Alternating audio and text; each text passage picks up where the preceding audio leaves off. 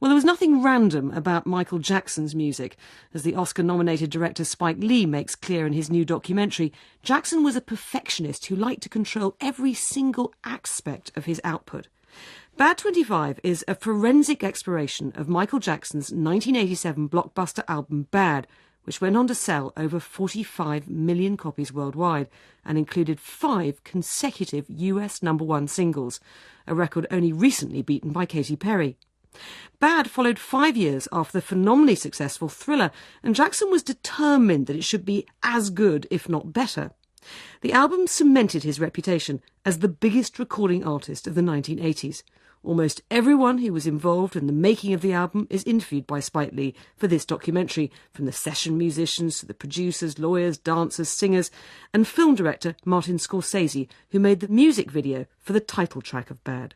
When they say the sky's the limit, could it be this way to do? I'm pretty sure I say nothing, just a rainbow flag. Were you familiar with the Michael Jackson grab the crotch? No, I was not familiar with that at all. It's all through the whole piece. The whole thing is all throughout. It's throughout. Within the moves, it's right. And what can I say? The way he's moving. But it was a surprise, all right? Yes, it was. Yeah. Spike Lee's Bad 25.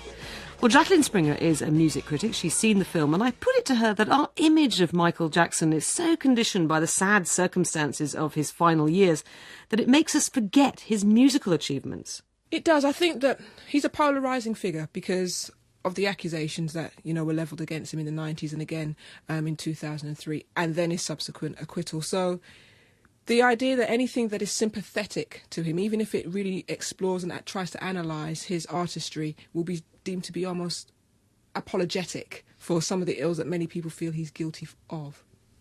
But it does remind us what a fantastic, phenomenally successful musician he was. This is very insightful. It's just rich with high caliber contributors. You just think, oh, there's Mariah. Oh, there's Nelson George. Hold on a minute, that's Bruce. There's Quincy, and then there's Stevie, and it's just everybody's in it. There's an abundance of riches, but it's interesting that there's no member of the family because as a soloist, he didn't continuously collaborate with them, and so you end up feeling that this is a very artistically driven appraisal of him by somebody who admits it's an open love letter. Well, the focus is narrow. I mean, they're just focusing on the making of this one album, Bad. I mean, I was fascinated by the interviews with Martin Scorsese and the screenwriter Richard Price about the making of the video Bad, which Michael Jackson wanted it to show that he was still part of the black community because he was increasingly seen as being estranged from that. See, I dispute that whether or not he was part of the black community or whether he still had access to them, because the minute that you become, this global superstar where nobody can sell as many as you start to be pulled away from a particular demographic, and they feel that you don't perform locally anymore. It's stadium status, and I think what was so enduring about that music video was just how unattractive it was. In so much it was a very cold black and white. Wesley Snipes was not sympathetic to him at all. You really thought he was going to harm Michael Jackson throughout the actual dialogue.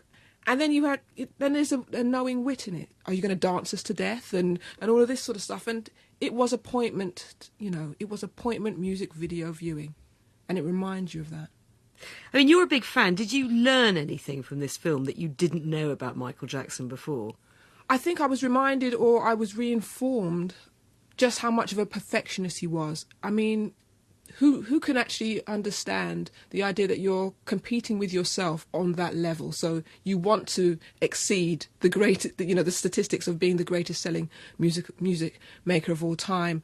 And just, I think what it also is quite interesting, working within the media, is that time, that period of extreme indulgence by your record company, of just the media bracing itself either to launch negatively or just to hold you aloft and say this is the greatest coming since your last release.